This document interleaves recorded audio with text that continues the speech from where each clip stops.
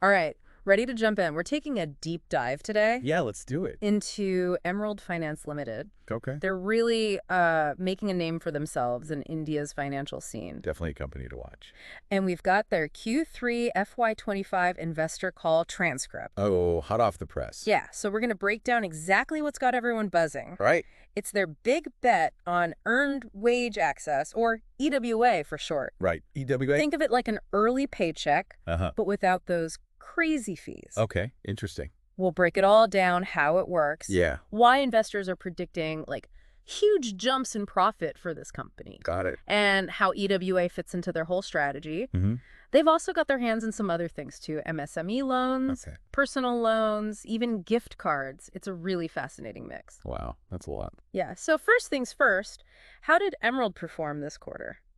Well, the transcript shows some pretty impressive growth. Yeah? Their total income is up by almost 68%, 67.7% to be exact, to INR 5.74 crores year over year. Okay. And net profit more than doubled All to 2.3 crores. right. And that's not a one-time thing either. We're seeing similar growth for the first 9 months of the fiscal year. So those are some serious numbers. Definitely. But what about, the sustainability of all this growth? Yeah. Are they just chasing short-term gains, or is there something more? Right. Something that shows that they're going to have long-term success. Well, that's where it gets really interesting. One thing that stood out to me in the transcript was their NPAs, NPAs. non-performing assets. They have zero. Zero. For the first 9 months, zero. That's almost impossible, especially in lending. Right. It's unheard of. So what's their secret? What are they doing? Well, it looks like their risk management is incredibly strong, Okay. and that ties into their EWA model, Oh. which we should probably talk about more. Yeah, let's break down this whole EWA thing. It sounds promising, but are there any downsides, any risks we should know about? Okay, so the basic idea is employees can access a portion of their wages before payday. Okay. It's helpful for unexpected expenses Yeah. or just better cash flow in general. Makes sense. But the key is how Emerald is doing it. Okay. They're being choosy, very selective about who they partner with. Oh, so it's not as simple as just, giving anyone cash who asks for it. Exactly. They're focusing on companies that have a really good track record Okay. with financial stability, responsible employment practices, that kind of thing. So it starts with choosing the right partners. Yeah. But what about their lending practices? Are they doing anything different to, minimize the risk? Well, they mentioned using online and offline verification. So it seems like they have a really layered approach to due diligence. Okay. They're not relying just on automated credit scores. Got it. They're really doing thorough checks and using human judgment, too. That makes sense. So it's more personalized. Exactly. Which seems important when you're dealing with smaller loans and individual circumstances. Definitely. But how does all of that contribute to, the zero NPA figure? Is it just the lending practices? I think it's a big factor, but don't forget about the advantage of EWA itself. Okay. Because the repayments are taken directly from the employee's salary.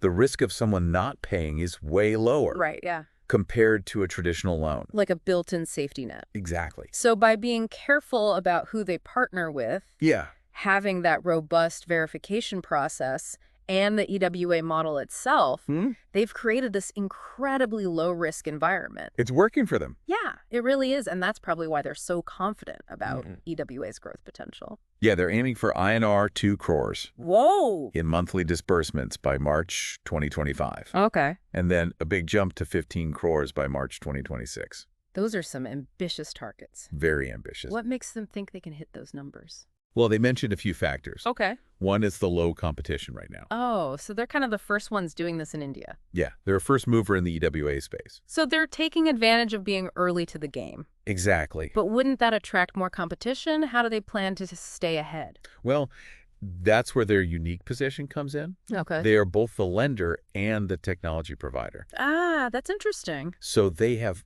way more control compared to someone who has to rely on external partnerships.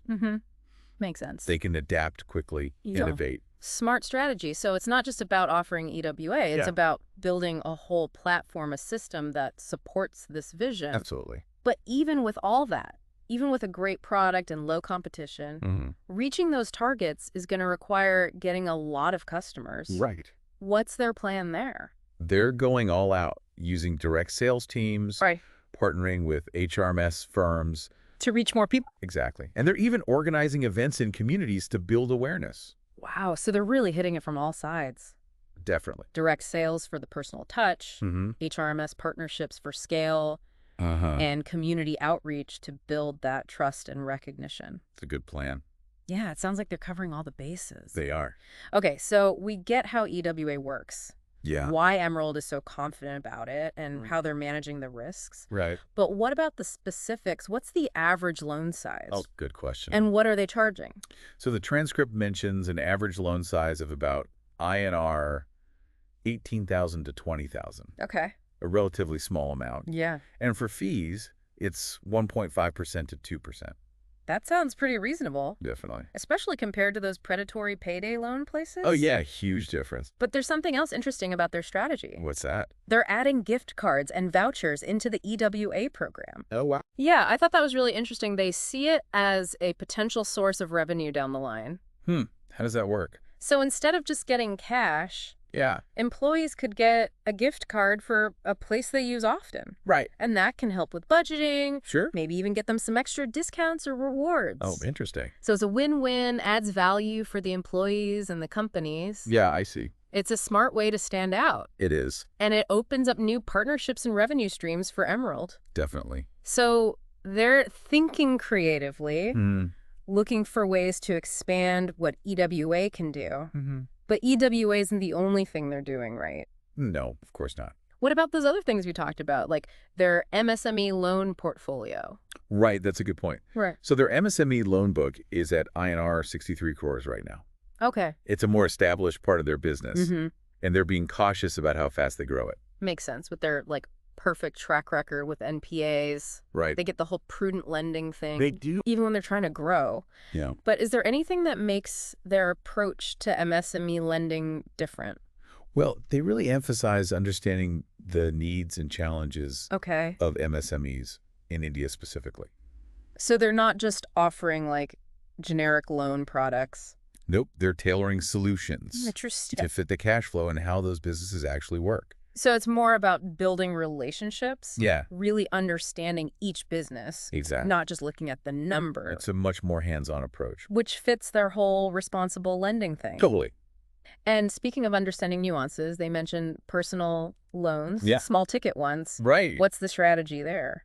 Well, it seems like they want to offer more to their EWA customers, give them more options. Okay. But they know personal loans are riskier than EWA.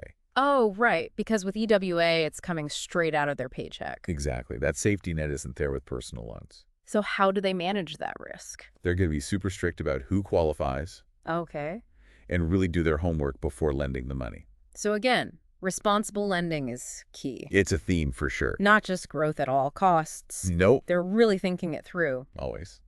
Oh, and what about their distribution business? Yeah, that's interesting. Didn't they mention working with some other financial institutions? They did. They're partnering with Advanced Financial Services to offer loans for schools. Schools. Yeah. That's a new one. What kind of loans do schools need? Well, it could be for anything. Okay. Upgrading buildings, expanding, even just day-to-day expenses. Interesting. Emerald's role is to connect those schools with lenders like Advance. So they're like a middleman, In a way, yeah. using their connections and know-how Exactly. to make things easier for the schools. And potentially get them better terms. That's really smart. It is. Another way to make money and get into new markets. They're good at finding opportunities. They are. They're not just sticking to the old ways of doing things. Not at all. But with all this growth and new stuff, Yeah. they keep thinking about something. What's that? One of the investors brought up an economic slowdown Right. and how that might affect Emerald's growth. Especially with EWA. Yeah. How did they respond to that? They seem pretty confident Okay. that they can handle whatever comes their way. So they're not too worried. They think because they focus on financially stable companies and employees, Right. they'll be okay, even if there's a downturn. So they're betting on their target market being resilient. Basically, yeah. But is that enough? Well, they also talked about their how careful they are about choosing partners. Okay. They really vet everyone, look at their finances, make sure it fits their risk tolerance. So again, Quality over quantity. Definitely. It seems like they're always thinking long-term. Sustainable growth. That's the goal. Not just a quick buck. Exactly. And that long-term thinking is clear in how they're bringing everything together. Yeah. All their different products and partnerships. It's like they're creating their own little financial world. That's a great way to put it, like a whole ecosystem. Exactly. We see that a lot in finance now. Yeah, it's becoming more common. It's not just about one product anymore. Well, it's about having a whole platform. A one-stop shop. Yeah, where you can get everything you need. Makes sense. And for Emerald, it's smart. Yeah. If you can offer your customers multiple things, they'll stick around. More loyal. Exactly. It's about building that trust. And providing real value. Which ultimately makes for a stronger business. Absolutely. But let's zoom out for a second. No. Think about you, the listener. Right. What are the key takeaways here? Good question. What can we learn from Emerald Finance? I think one of the biggest things is the power of innovation. Right. They're not afraid to try new things. Not at all. Challenge the old way of doing things. Yeah. And they're showing that you can create solutions that people really need. Meet their actual needs. Exactly. They're not just following the crowd. Definitely not. They're doing their own thing. And they're not sacrificing their values to do it. That's important. They're proving you can be profitable and ethical. Grow quickly, but still manage risk. Exactly. It's also about knowing your market. Yes. Building things that solve their specific problem. Like with the EWA for employees. Exactly. The MSME loans. Yeah, even the school loans. It's about putting the customer first. Which helps everyone in the end. Leads to growth and makes a positive impact. It's a good lesson for anyone in any business, really. Understanding your customer, building trust, providing value. Those are the fundamentals. The foundation of any successful business. An Emerald story is just getting started. It is. I can't wait to see what they do next. Me too. They're definitely a company to keep an eye on. But as we wrap up, I want to leave you with a question to think about. Okay, hit me with it. How could these trends we've been talking about, how could they affect your own financial life? Yeah. Or your business? Could you embrace this kind of innovation? Right. And challenge the status quo a little? Interesting. Maybe Emerald's story can spark some ideas for you. Yeah, that's a good point. It's not just about them, it's about the bigger picture. Right. How things are changing in finance. Yeah, and how we can all adapt, thrive in this new environment. But before we wrap up, Yeah. I did have one more question. Okay, what is it? They talked a lot about technology. They did. Especially with EWA. It's clearly important to their whole strategy. Yeah. But they didn't really get into the specifics, like Right. what kind of technology are they using? What's their tech stack? Yeah, how do they do those real-time payments? Good question. What's behind the curtain? Makes you wonder about security and privacy, too. Oh, yeah, especially with financial data. That's huge. They'll need to address that as they grow. And can their systems even handle it? Right, all those transactions. Millions of them, maybe. Yeah, well, they need to upgrade. Maybe build something entirely new. It would be fascinating to know Totally. how their tech is evolving. Alongside the business. Exactly. That would give us more insight Yeah. into whether they can actually hit those growth targets. We don't have the answers today, No. but it's something to think about as we watch them. As they grow. Absolutely. It also makes me think about regulations. Oh, yeah, that's a whole other thing. Fintech is heavily regulated. Especially in India. So how is Emerald handling that? Are they working with regulators? Making sure they're playing by the rules. That's key for any fintech company. It is, and it's constantly changing. The rules always seem to be evolving. It's got to be tough to keep up. But it's essential.